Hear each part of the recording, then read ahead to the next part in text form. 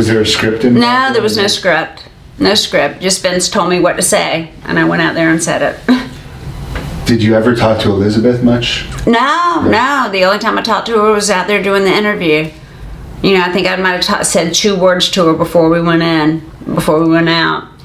And you also interviewed Harley Race. Yeah, Harley Race. Yeah. And then and Jimmy Hart and the Can-Am Connection. Yeah. That was horrible. That was a it was so cheesy. One.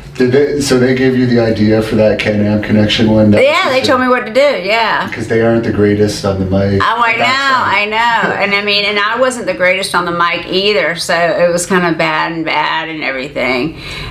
You had you were good on and I think it would have been good too is if we would have done the Missy Manners in towns that knew me, like Dallas and something like that, instead of out there in Vegas. I did it in Vegas, and then I did some in Connecticut.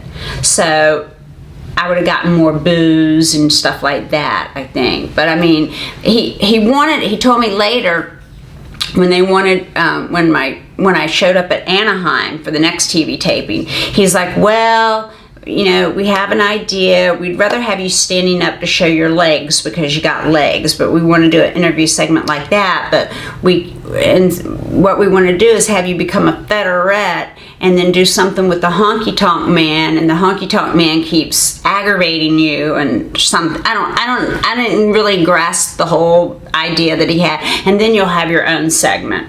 And I'm like, you want me to be a featurette and wear that little outfit and take ring jackets and be one of 3 other girls or 2 other girls, you know? And so I was like, that seems like a step down. And I remember I went and called Eddie, and I said, Eddie, this is what they want me to do. And Eddie's like, you're not a featurette, you're Missy Hyatt, you don't have to do that. And so I went and told Vince, I go, well, I talked to Eddie, and he's like, well, that's the problem right there. You know, he works for a different company, you shouldn't be talking, you know, telling him what we're doing, you know, and everything like that. And I said, well, maybe the time's not right for me to be here. And he's like, yeah, I guess maybe you're right. Time's not right if you don't want to be a featurette. And I was like, no, I don't want to do that. I guess you were under a paid per appearance basis. No, I was weekly. I was, as a matter of fact, a trivia question is the first woman to have a guaranteed contract in wrestling was me. Because in UWF I had a guaranteed contract, weekly guaranteed money.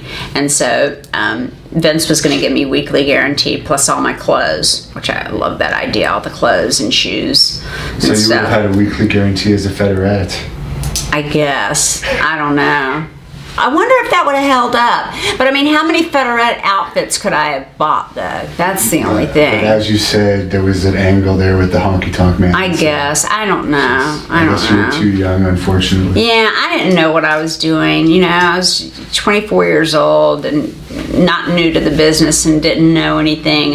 And just, you know, I should have just shut my mouth and been a featurette. Because they weren't really, other than Elizabeth, they weren't really pushing any females. So if they give you that push, I know.